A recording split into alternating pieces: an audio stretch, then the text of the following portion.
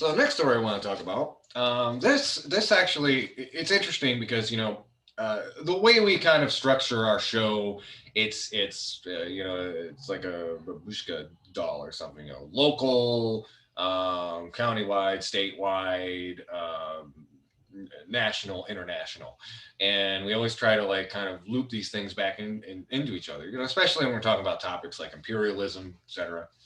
And now this is an interesting topic because a lot of the eyes of the world have been on Pfizer, um, because they've been one of the people, not people, corporations. Corporations are not people.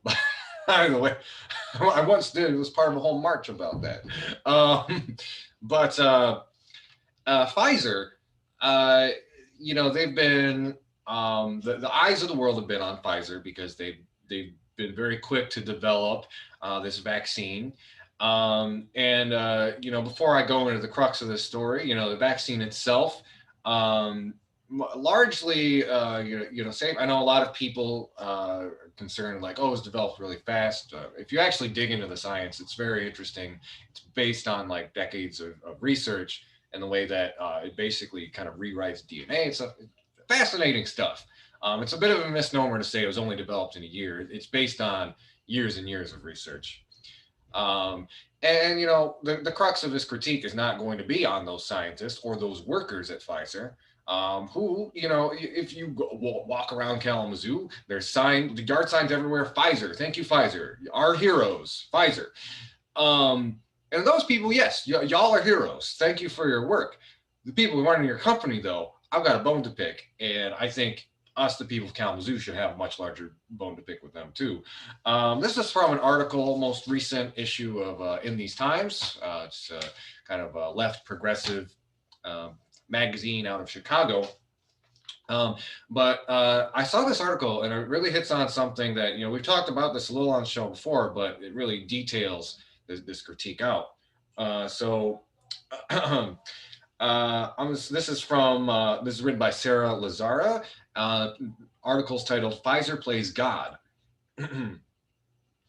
As the U.S. pharmaceutical giant ships hundreds of millions of doses to the United States, the European Union, and other wealthy buyers, it is fighting the global effort to give poorer countries access to the vaccine. The campaign for universal access began before a vaccine was approved.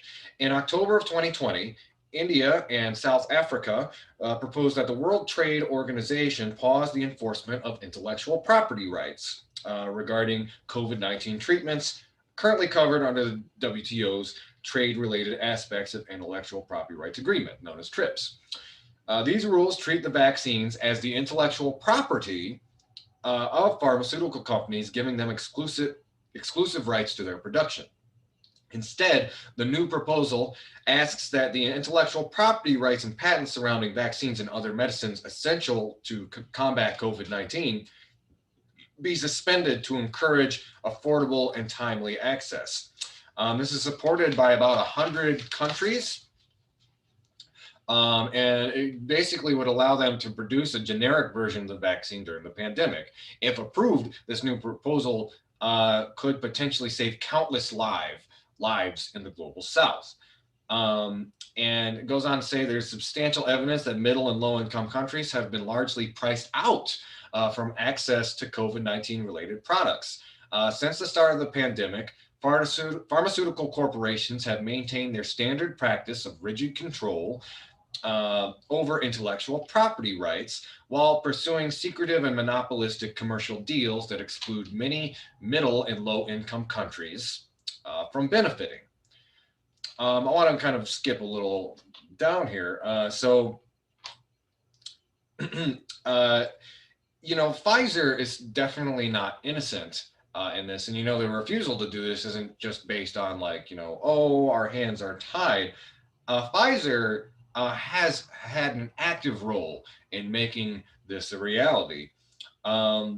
So it goes on to say Pfizer's appeals make it sound as though the framework of intellectual property rules and pharmaceutical monopolies is a common sense global order whose benefits to human society are apparent. In reality, those international norms are fairly new and were created in part by Pfizer itself.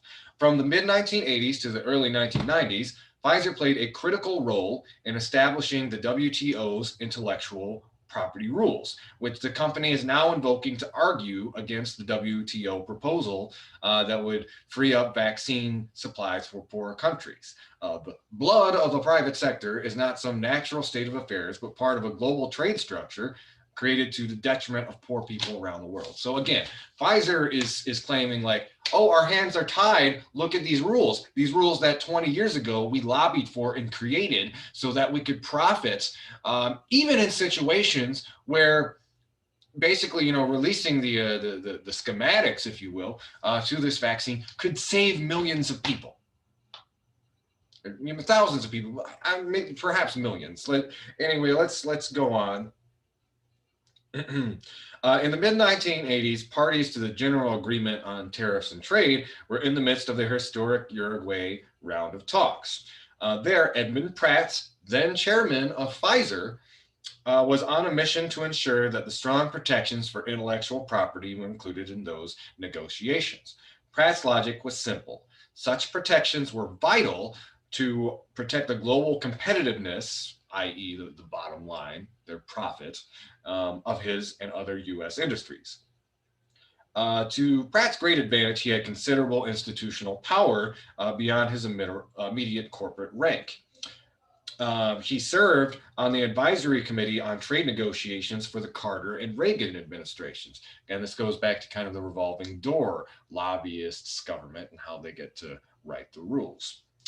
In '86, Pratt co-founded the Intellectual Property Committee, which would go on to build relationships with industries across Europe and Japan, meet with officials from World Intellectual Property Organization of the UN, and lobby aggressively to ensure IP protection in the talks.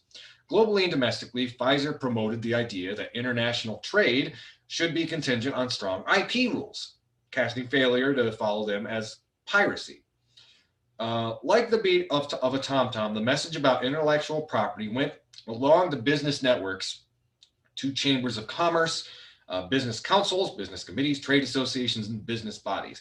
Progressively, Pfizer executives who occupied key positions in strategic business organizations were able to enroll their supports for a trade-based approach to their intellectual property. And, again, the article goes on to lay out some more details, but there was one more chunk I really wanted to focus on.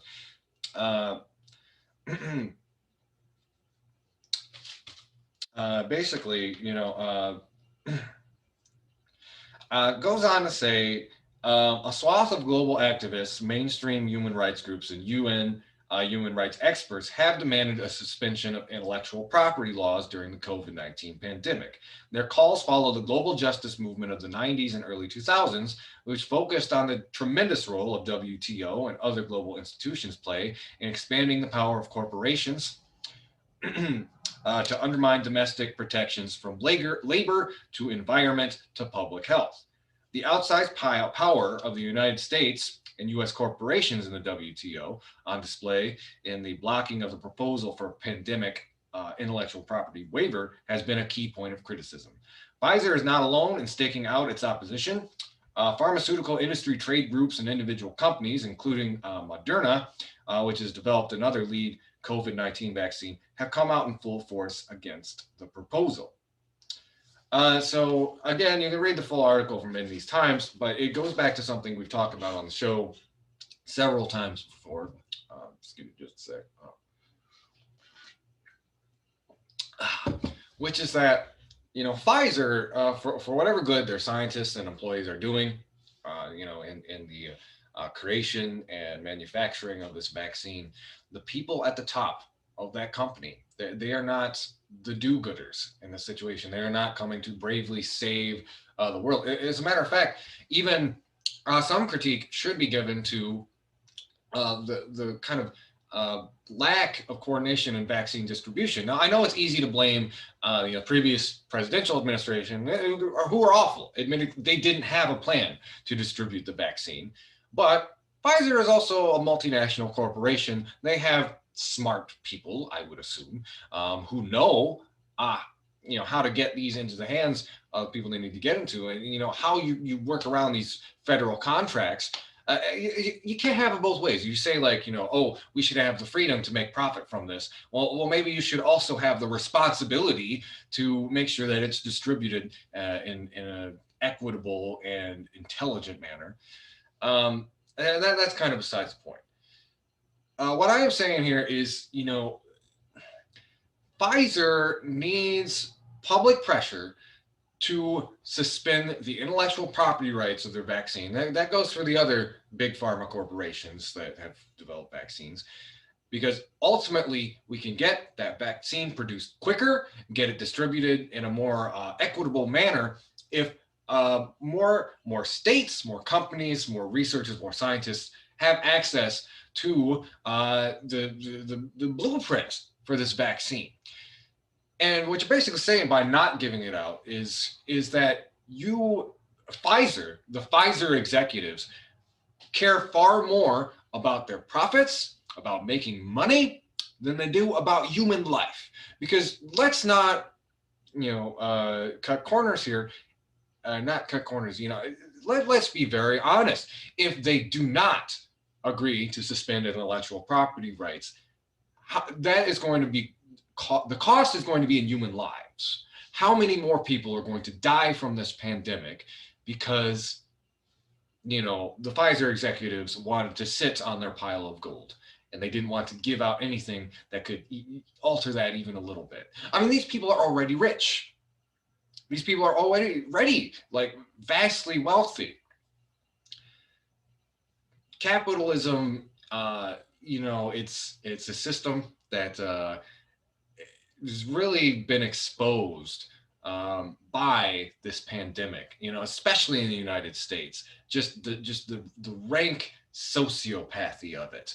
Because even in a lot of other capitalist states and more like social democratic ones, they've done a lot of common sense stuff to try to keep their people alive. But here in the United States, again, we have been taught from cradle to grave to worship capitalism like a god.